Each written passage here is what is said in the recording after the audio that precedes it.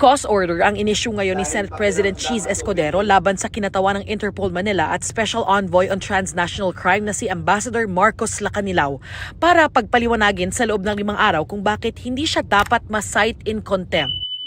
Kahapon, pinakontempt si Lacanilao, isa sa mga sumama kay dating Pangulong Rodrigo Duterte mula Villamor Air Base hanggang sa the Netherlands nang arestuhin siya. Hindi mo pa rin alam na hindi siya dinala sa judicial authority? Yes, Mr. Senator.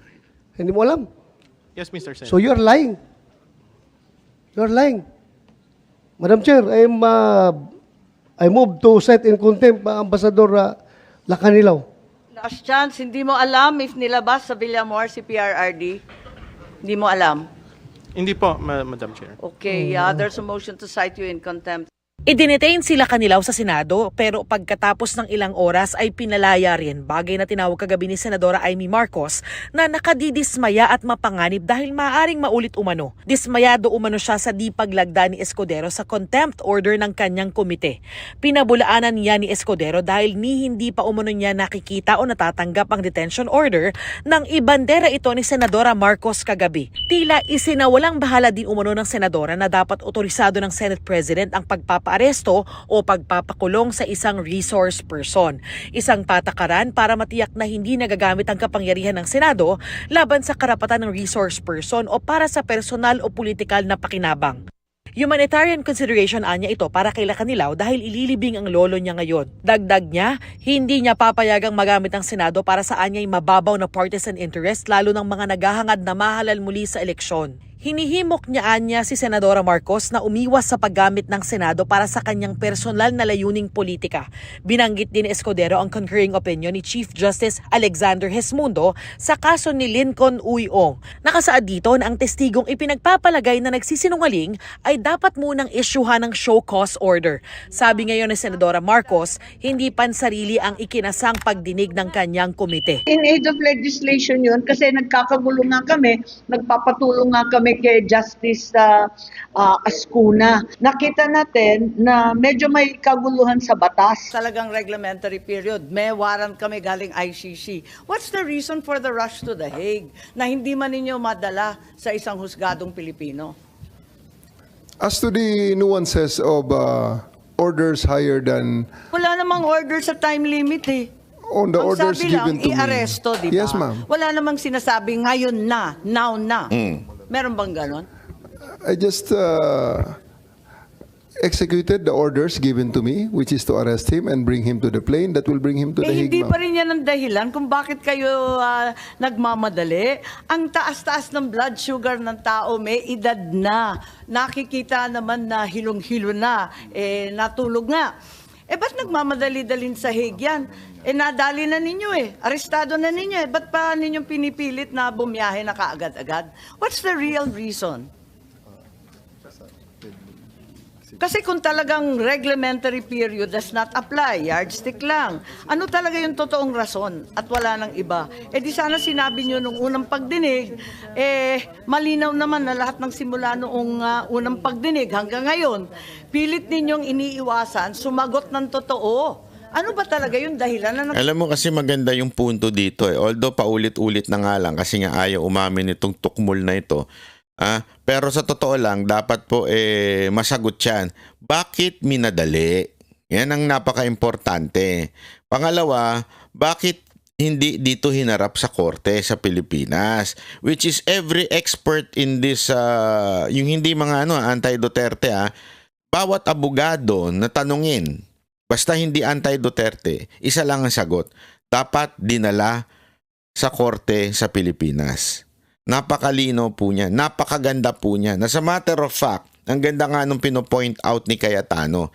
Gusto ko yung pinopoint out niya doon Nagkaroon ng batas na dalhin sa korte sa lahat ng mga huhulihin na ay dalhin sa korte at dapat merong guidelines yung mga paghuli. Hindi pwedeng basta huli-huli ng walang warrant.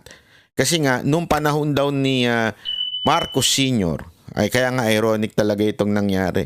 Nung panahon daw ni Marcos Sr., umaaresto ng walang warrant.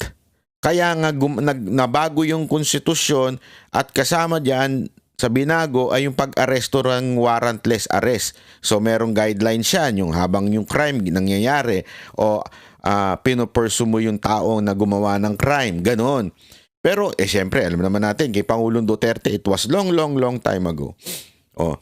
So hindi pa pwedeng warrantless arrest dyan. Dapat to, merong kautusan mula sa Korte ng Pilipinas. Yan po ang purpose ng batas na sinasabi ni Cayetano. Ngayon, bakit hindi nagawa? Ngayon, hindi ho makasagot etong nag-execute na si Torre. Kaya nga ako dapat dito ito talagang kinokontempt. Tapos pangalawa, bakit minamadali? Dapat inantay muna yung abogado. Anong purpose ng pagrarush? May utos? Hindi, Ito, makinig kayo mabuti. Kanina naisip ko. Kasi parang, di ba sinasabi nga ni Senator Bongo, ganda nung speech ni Senator Bongo. He was so frustrated on ano ang nangyari. At sabi niya, parang nonsense na daw lahat kasi nga, nandun na si Pangulong Duterte. Naisip ko lang, siguro malamang sa inyo, ikaw yun rin, naisip nyo ito. What if hindi bumaba ng eroplano si Pangulong Duterte? What if lang?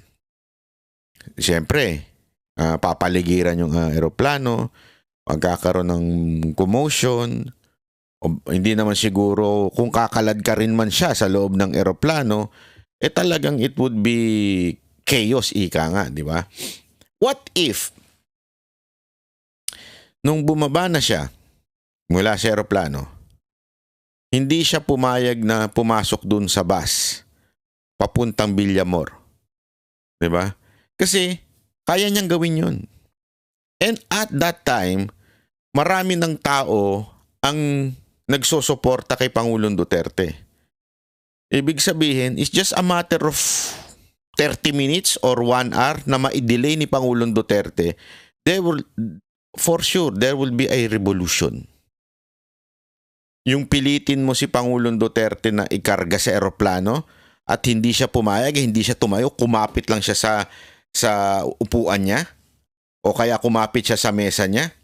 I mean, kung ano lang this is a scenario na iniisip natin na maaring nangyari sana para hindi siya talaga madala. Isipin nyo, it would be a revolution. That's for sure. Bakit? Ang dami na nagtipon-tipon . Kita nyo naman nung dinala, grabe yung pagtitipon ng tao. Pero anong ginawa ni Pangulong Duterte? Until to the last minute, inisip niya ang tao. Inisip niya ang taong bayan. Inisip niya na ayaw niya ng gulo. As a matter of fact, paulit-ulit niya sinasabi doon sa mga pulis, you are just doing your job. Ganun ang paulit-ulit lang niya sinasabi. Sige lang, sumusunod lang kayo sa batas. Sumusunod lang kayo sa utos. Sumusunod lang kayo sa inyong trabaho. Trabaho niya yan. Hindi ko pinipersonal kayo. Yan ang paulit-ulit. As a matter of fact, kasama yan sa speech ni Senator Robin. Imagine niyo na lang yung scenario na yun. And yet, PRRD stood his principle na hindi, ayoko ng gulo, kaya ako nang magbibigay, ako na ang sasama. Imagine niyo na lang yun hindi niya sinunod yun. Gulo yan, sigurado ako. Sumunod pa rin po siya. Kasi nga po, matinong tao si Pangulong Duterte, hindi katulad ni Torre. Di ba? Yun ang totoo Si Torre, hindi niya nga may paliwanag kung sino nag-utos sa kanya. Di ba? Doon pa lang, hindi mo na kagad sino ba nag-utos sa'yo? Hindi siya makasagot. Madali kayo.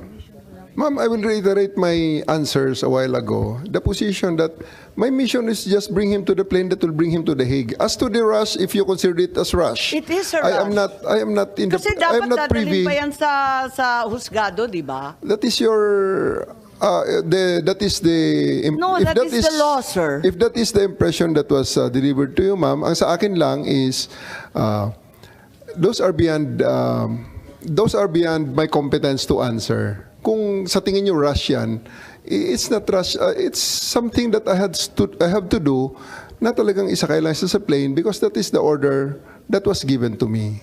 As to the other nuances of that order, I may not be able to answer that intelligently or competently.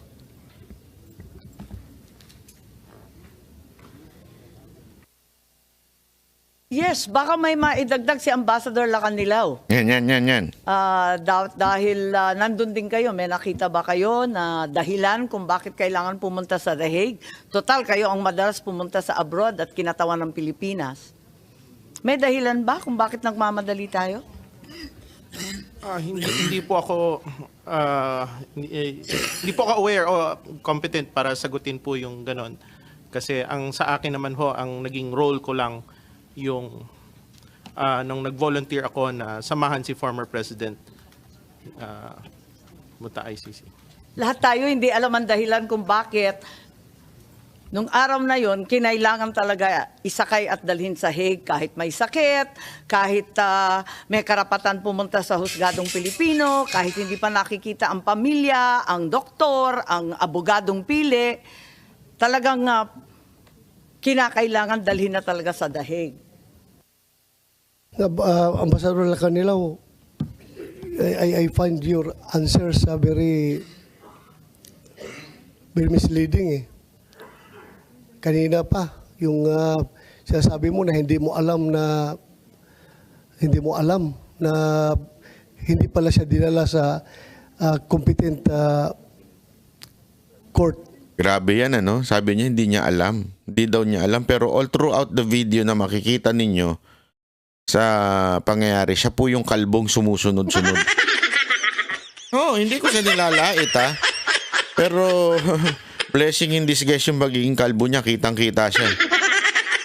Siya yung all throughout sumama kay Duterte mula sa eroplano hanggang mapunta sa tawag dito doon sa eroplano din uli, yung sa pangalawang nilipatan. Mula sa pagbaba ng Hong Kong hanggang doon sa nilipatan na eroplano papuntang The Hague, kasama siya. Tapos sasabihin niya, hindi niya alam kung bakit hindi nadala sa korte. Yan. Napakasinungaling talaga. Kaya tama talaga si Bato dito sa pagkontempt. Sobrang sinungaling nitong taon to.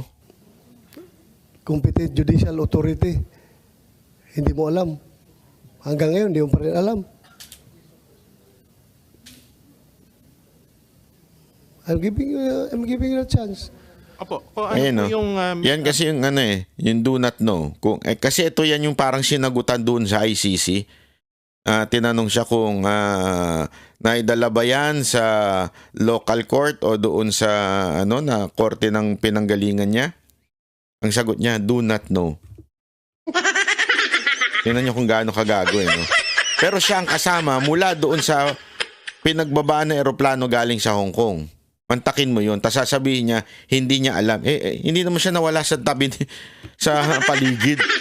Sira ulo rin, no?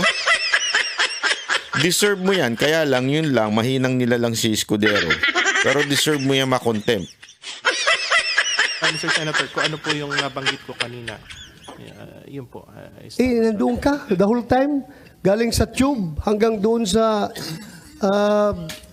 Villamor. Nandoon ka. Hindi mo rin alam. Hindi mo pa rin alam na hindi siya dinala sa judicial authority. Yes, Mr. Senator. Hindi mo alam. Hindi alam ang puto. So you're lying. Nanggagago. You're lying.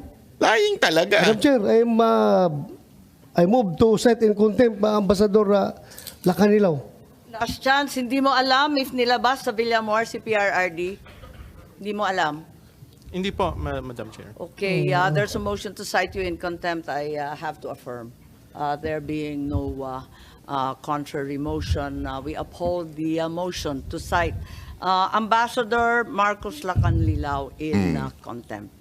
Thank you, Madam Chair. I'm giving you the chance already kanina. Sabi ko nga, ayaw namin gamitin yung power to contempt dito. To cite in... Ayan na. Antayin nyo. To the rescue na si Superman. contempt, pero halata na nagsinungaling ka. Ayan na. Nasa dokumento harap-harapan na po. Ayan na. Naman yung ganito, konting respeto po. Ma'am, again, may I clarify? Ayun na. Please. Ayan na. Ma'am, it's an extradition form. That's why the questions are not answerable by another jurisdiction, but not our jurisdiction. So it's very hard to answer something that works in a different manner.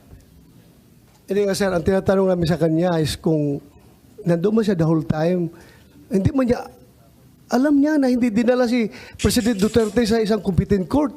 Hindi nga Tapos ho sabihin niya, hindi niya alam. Kaya ho Siya nga nag-suffice. nagsabi na siya nag-oversee sa operation. Tapos hindi niya alam na kung dinala o hindi. I hope we can reconsider the contempt side. Ano to, aregluhan?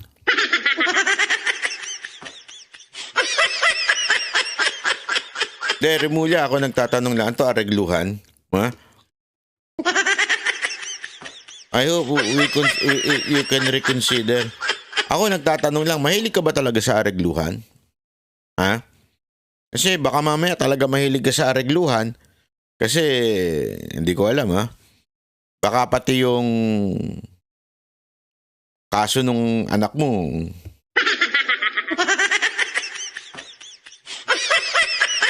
Kaya ako nagtatanong lang naman ako, hindi ko naman hinuhusgahan. Ako nagtatanong lang, baka pati yun inareglo mo. Inareglo mo po ba yun? Ako nagtatanong lang ha. Ito'y a question, not a judgment. Kasi dito, ang hiling mo sa aregluhan eh. Lantara na nagsisinungaling yung bata mo, tapos sasabihin mo ngayon, baka naman pwedeng reconsider na natin to. Ano to? Balato? Ganon?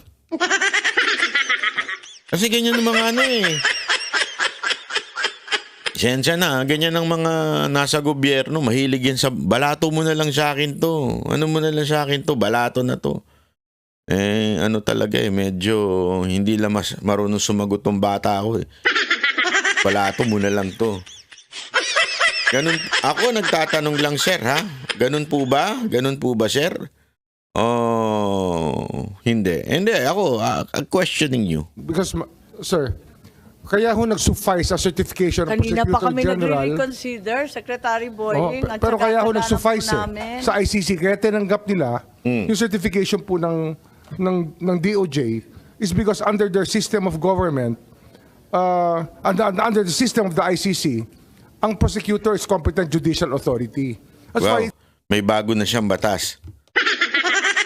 Eto, kasi nga, doon sa Article 59, dapat dadalhin sa local court. Ibig sabihin, yung Korte ng Pilipinas. Sinasabi niya ngayon, yung ICC daw, kaya pumayag tinanggap si Duterte doon, ay dahil tinatanggap daw ng ICC na yung DOJ ay local court. Oh. Sinungalingan.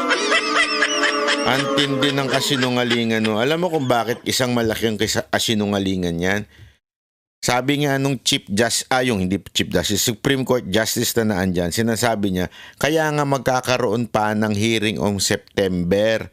At doon palang aalamin kung katanggap-tanggap po ba etong si Duterte. Doon pa lang siya tatanggapin kung akusasyon, nasa jurisdiction ba nila. Yun yung sinabi eh. Kasi nga, ibig sabihin po, hindi pa totally masasabi mong legal yung pagkadala kay Pangulong Duterte. Dito, pinangungunahan mo na naman. Remulla, ganyan na ganyan ka.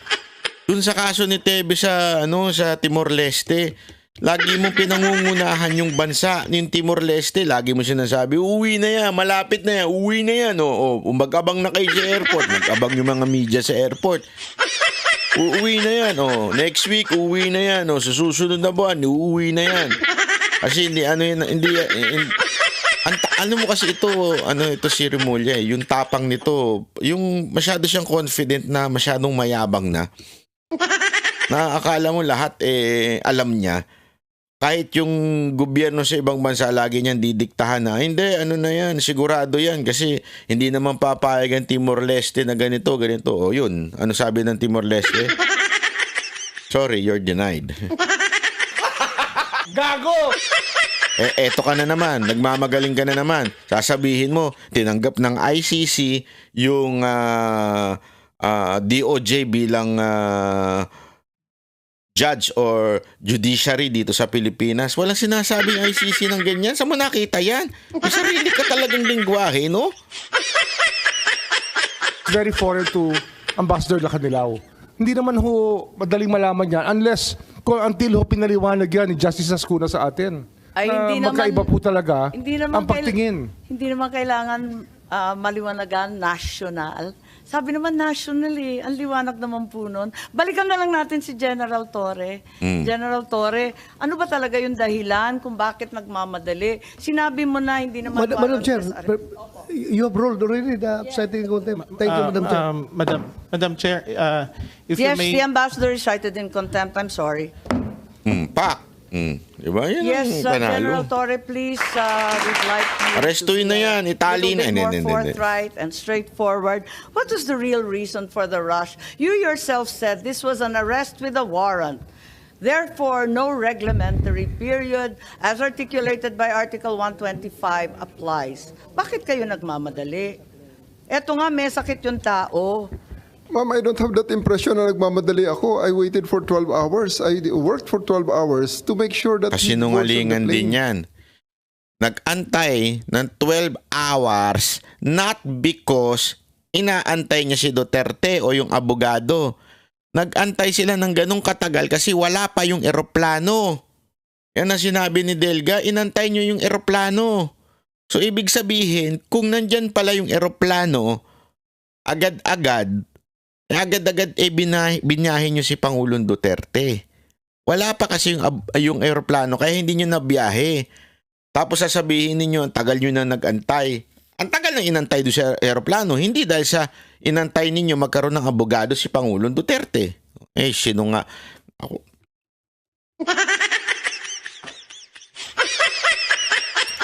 Mr. Chair, may I make a motion to contempt Torre? Pinapractice ko na, malay nyo. Yeah.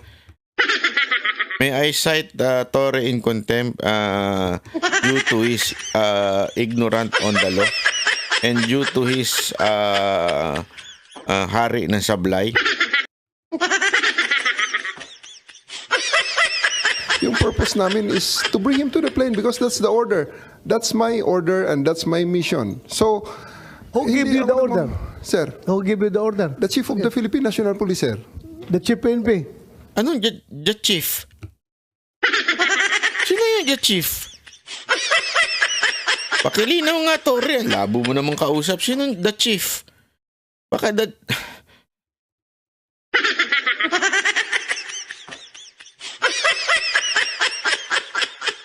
You are giving orders to the CIDG. Who gave you that order? Sir, I'll invoke my executive privilege. Bakit executive privilege po? Paano naging executive privilege po? Yan na, hindi na makasagot. Pasok, Nangyari Remulla. na, tapos na eh. Sino nag-order? Ano yung tanong, ma'am? O ba, hindi ikaw ang tinatanong, bakit ikaw may eksena?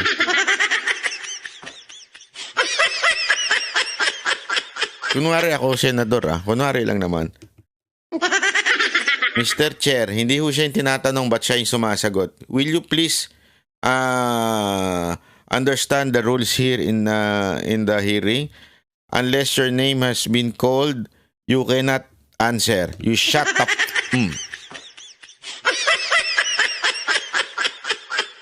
Alam mo, pagka mga ganyan talaga, mapipilitan talaga ako.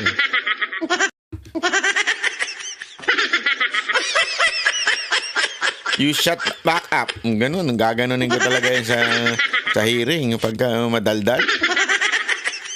Hindi siya Pantakin mo tinatanong si Torre, sumasagot si Remulla. Can I know the Ay, sorry, question? si Marbil pala tinatanong, si Remulla ang sumasagot. Kasi before we continue, ma'am, I'd like to ask for the consideration of the body because can we have a 2 minutes break so I can just whisper to you? I'll give you... Ikaw man pala desisyon ka. Ano ka? Sino ka? Tumakbo ka muna, senador. Hay. Pala desisyon ka. Pwede ba mag-break muna tayo? Nagsasabi niyan, senador. Can we have... Ang tindi mo, Remulla. Ibang level yung pagiging confident mo. Alam mo, ang swerte mo, Remulla, wala na si Miriam Defensor. Lagot ka talaga doon. Hindi, alam mo, eto hindi ko lang pinost kasi ayoko naman ma-offend yung ibang senador. Pero i-status ko dapat to eh.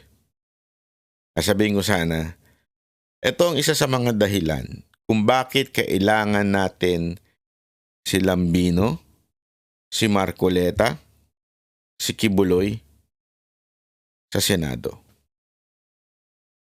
Kasi ako, sigurado ako, pag itong tatlo na ilagay mo sa Senado, at saka si Rodriguez pala, ay magiging hard.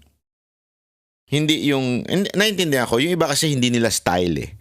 Wala naman po masama nun. I mean, kanya-kanya yan eh. Kanya-kanya sila ng style, how to approach issues sa lipunan. Actually, kasama din pala si Jimmy. Si Jimmy rin, madiin pag nagsalita. Yung iba talaga, kailangan talaga natin. Kasi nga, walang paligoy-ligoy.